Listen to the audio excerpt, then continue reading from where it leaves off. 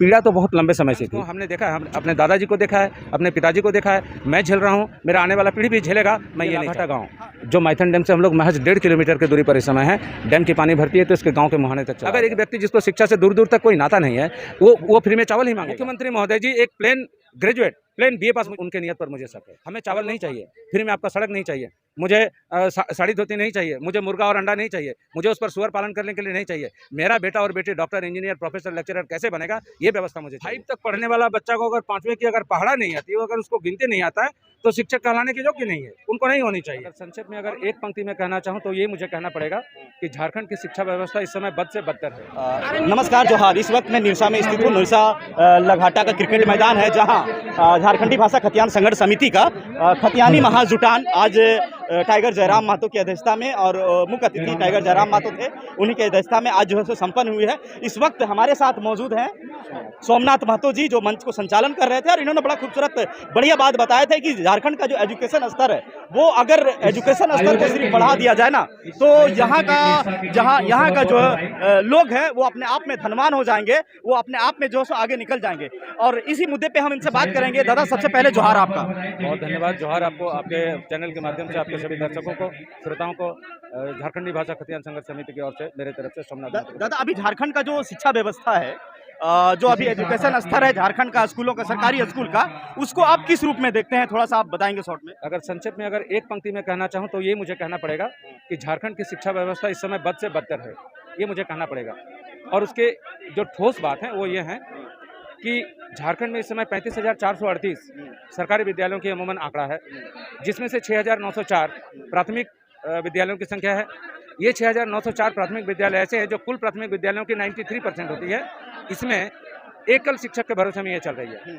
सरकार अगर शिक्षा को लेकर के इतनी गंभीर है, तो फिर 6,904 में अगर 100 बच्चे को भी अगर हम एवरेज मान करके चलते हैं, तो इन विद्यालयों में, प्राथमिक विद्यालय में पढ़ने वाले छात्र छात्राओं की संख्या इस समय 6.5 से 7 लाख है।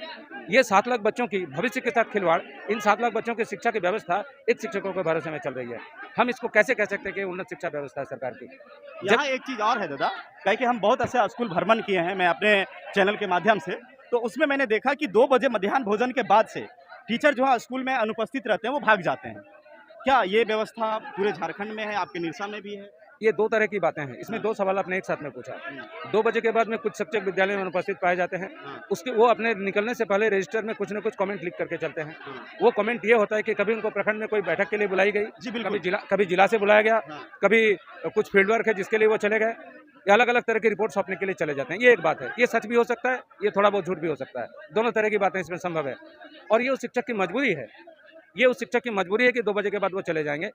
ये सरकार को समझना चाहिए, सरकार के मुख्यमंत्री महोदय को भी समझना चाहिए, और जो शिक्षा सचिव महोदय जी इस समय बैठे हुए हैं, जो रहनुमा है शिक्षा जगत के, उनको भी समझना चाहिए। एक IAS ऑफिसर शिक्षा के बारे में उससे ज़्यादा बेहतर हम और आप एक साधारण आदमी नहीं जान सकता है। उनको कम से कम इस बात की गंभीरता समझ में होनी चाहिए कि शिक्षा एक ऐसी व्यवस्था है जो किसी भी समाज का, किसी भी देश का, किसी भी राष्ट्र का, किसी व्यक्ति का, किसी भी परिवार का विकास का सबसे पहला स्तंभ होता है, वो शिक्षा ही होता है। और इस जगह को कमजोर करके रखती है। इस पर राजनीतिकरण भी हो रहा है। सरकार का कोई मंशा नहीं है कि झारखंड के बच्चे अच्छी शिक्षा को अर्जन करें, उनका आर्थिक, सामाजिक, राजनीतिक स्तर ऊपर चला जाए, और वो कभी होकर के सरकार पूछे सरकार से। ये सरकार नहीं चाहती है। वो चाहती है कि अमूमन साक्षरता की आंकड़ा को दिखाना है सरकार को, तो लोगों को सिग्नेचर करना सिखा दो।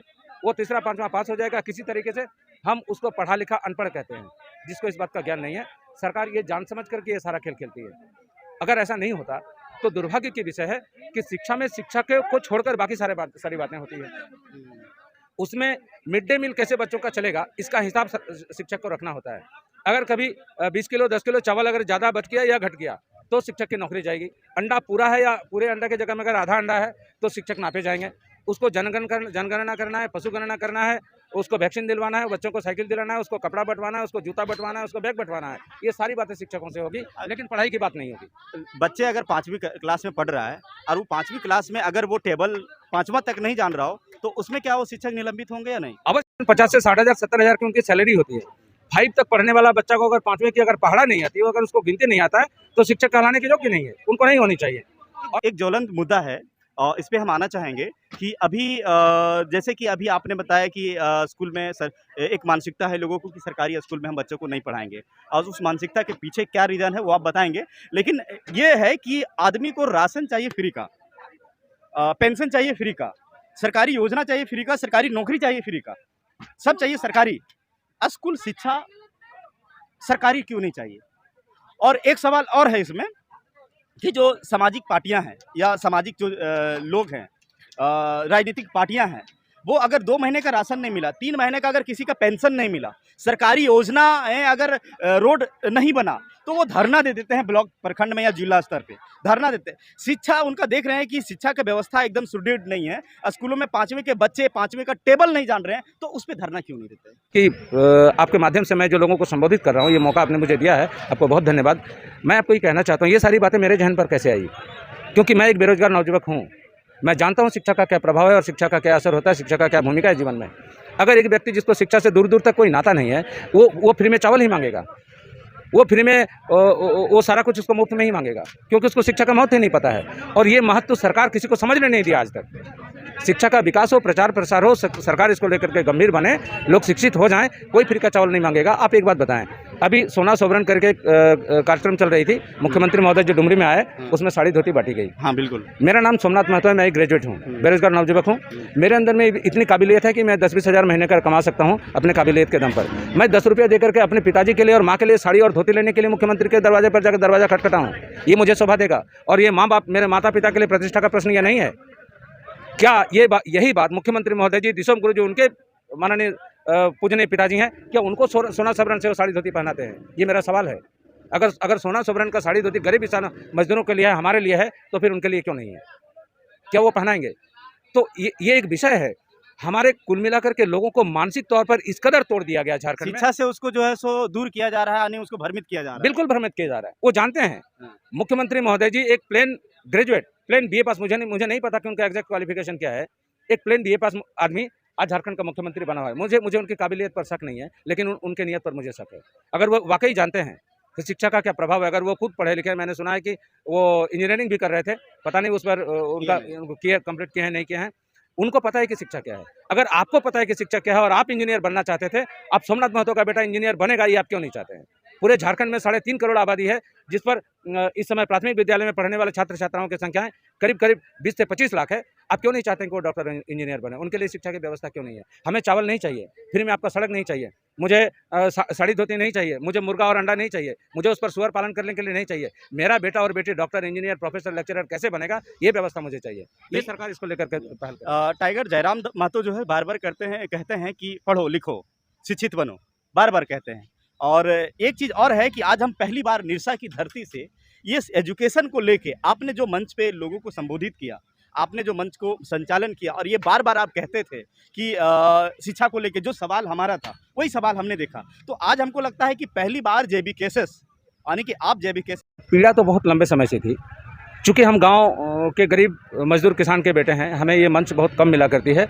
और जब कभी भी कोई मेन स्ट्रीम मीडिया या मेन स्ट्रीम पॉलिटिकल पार्टीज़ के मंच पर जब हम लोग होते हैं, तो हम लोग दर्शक दीर्घा में बैठे होकर के उनको सुनते हैं, कहने का मौका हमें नहीं मिलता। ये दर्द, ये पीड़ा वो आज की नहीं है, बचपन से ये चल रही है। क्योंकि इस दंश को हमने देखा है, हम अपने दादाजी को देखा है, अपने पिताजी को देखा है, मैं झेल रहा हूँ, मेरा आने वाला पीढ़ी भी झेलेगा, मैं ये नहीं चाहता। हाँ, अब ज़्यादा लंबा नहीं करते हुए यही कहेंगे कि एजुकेशन को लेके आज अगर झारखंड मेरा एजुकेटेड होता, तो आप जैसे कह रहे हैं कि 1100 प्लस एकड़ ज़मीन में MTL है, मैथान लिमिटेड, आपका और भी जो डैम है वो है, तो ये सब जो ज़मीन जो अधिग्रहण किया गया है यहाँ के लोगों को लिए ही सुविधा के लिए, जैसे कि टाइगर दा बता रहे थे कि 2,70,000 एकड़ ज़मीन की सिंचाई करना था मैथान डैम से, जो कि अभी नहीं हो पाया। तो ये कहीं ना कहीं यहाँ के जो जिस तरह से इस गांव में घूम के आया, तो कहीं ना कहीं एजुकेशन का कमी है, जिस वजह से वो लड़ाई नहीं लड़ पा रहे हैं। ये पहली बार जेबी केसेस इस मुद्दे पे सवाल उठाई है और उठा के और आज जो है बड़ा जनसैलाब को खड़ा किया है। आपको आश्चर्य होगा, जिस समय ये माइथन डैम बनी, ये 61 स्क्वायर किलोमीटर में फैली हुई है। ये माइथन डैम ये 61 स्क्वायर किलोमीटर में फैली हुई है, जिसमें जब ये बनी थी, इसमें करार ये था, ये 2,70,000 एकड़ ज़मीन को ये सिंचाई के लिए पानी उपलब्ध कराएगा। माइथन डैम के बने हुए 1957 से लेकर के अगर आप जोड़ लेंगे तो ये 70 साल है, ये 70वां साल इसका चल रहा है, 7 दशक इसके बीत गए। 7 खेतों में पानी आज तक माइथन डैम की नहीं आई है, बिल्कुल नहीं आई है। ये लाघाटा गाँव जो माइथन डैम से हम लोग महज 1.5 किलोमीटर की दूरी पर इस समय है, डैम की पानी भरती है तो इसके गांव के मुहाने तक चला आता है माइथन डैम की पानी। आपको ये आश्चर्य होगा कि माइथन डैम की पानी निकल करके धनबाद और झरिया को जाती है, जहां के लोग फिल्टर पानी माइथन डैम के पीते हैं।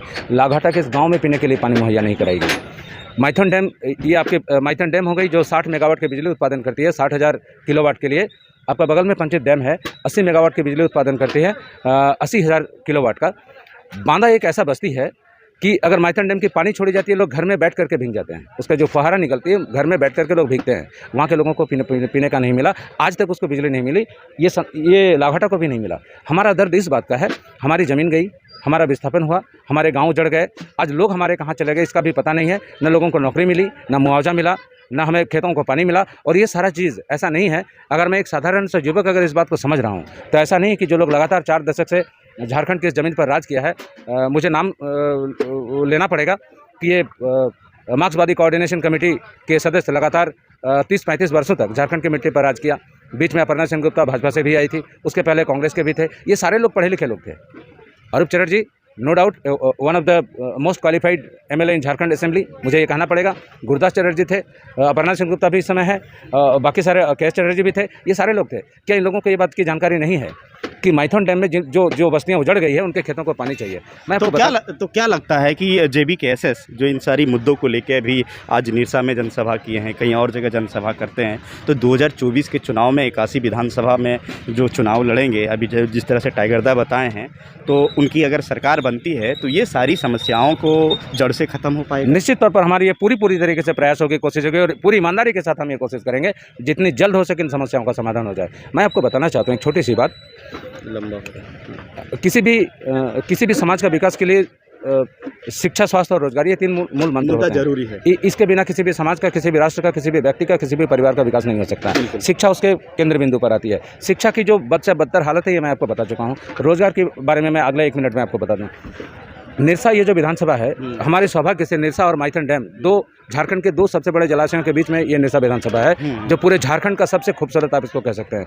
ये इसकी झारखंड की जो हमारी कोयला राजधानी धनबाद से सटी हुई है, 3-4 बड़ी कल कारखाने यहाँ पर हैं, 5-7 बड़े यहाँ पर उद्योग लगे हुए हैं, माइथन और पंचित जैसे डैम हैं, 2 बड़े जलाशय हैं। उसके बावजूद अगर वाकई ये लोग निरसा विधानसभा की उन्नति के बारे में सोचे होते, हमारे रहनुमा जो अभी से पहले वर्तमान और इसके पहले के जो नेता थे, अगर सोचे होते, और सिर्फ निरसा विधानसभा में जो पानी है माइथन और पंचित डैम की, अगर एक विधायक अपने पूरे कार्यकाल में 1 साल में सिर्फ एक पंचायत को पानी दे दिया होता, 10-20-50 लाख में बोरहोल दे करके, पानी चढ़ा करके, जैसे भी करके एक पंचायत को दे दिया होता, आज़ादी का ये 73वां साल चल रहा है।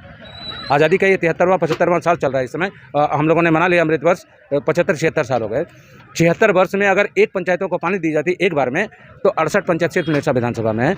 आज के समय में जब हम लोग 75 पंचायत हो जाता, तो 75 पंचायत हो जाता, 67 पंचायत सिर्फ निरसा विधानसभा में है। जी बिल्कुल। तो एक भी पंचायत ऐसा नहीं होता जिसका खेत आज सूखा होता। जी बिल्कुल, धन्यवाद आपका। तो हमारे यहाँ के मजदूर यहाँ से दिहाड़ी मजदूरी के लिए झारखंड छोड़कर देश के विभिन्न कोनों पर नहीं जाते। आंध्र प्रदेश, आंध्र है, दिल्ली है, तमिलनाडु है, गुजरात है, मध्य प्रदेश है, लोग नहीं जाया करते दिहाड़ी मजदूरी के लिए। बिल्कुल, हम स्वस्थ होते, मस्त होते, धन धान्य से परिपूर्ण होते अपने घरों में। जी बिल्कुल, धन धान्य से परिपूर्ण होते, जैसा कि पूरे हिंदुस्तान में 40% खनिज संपदा झारखंड में।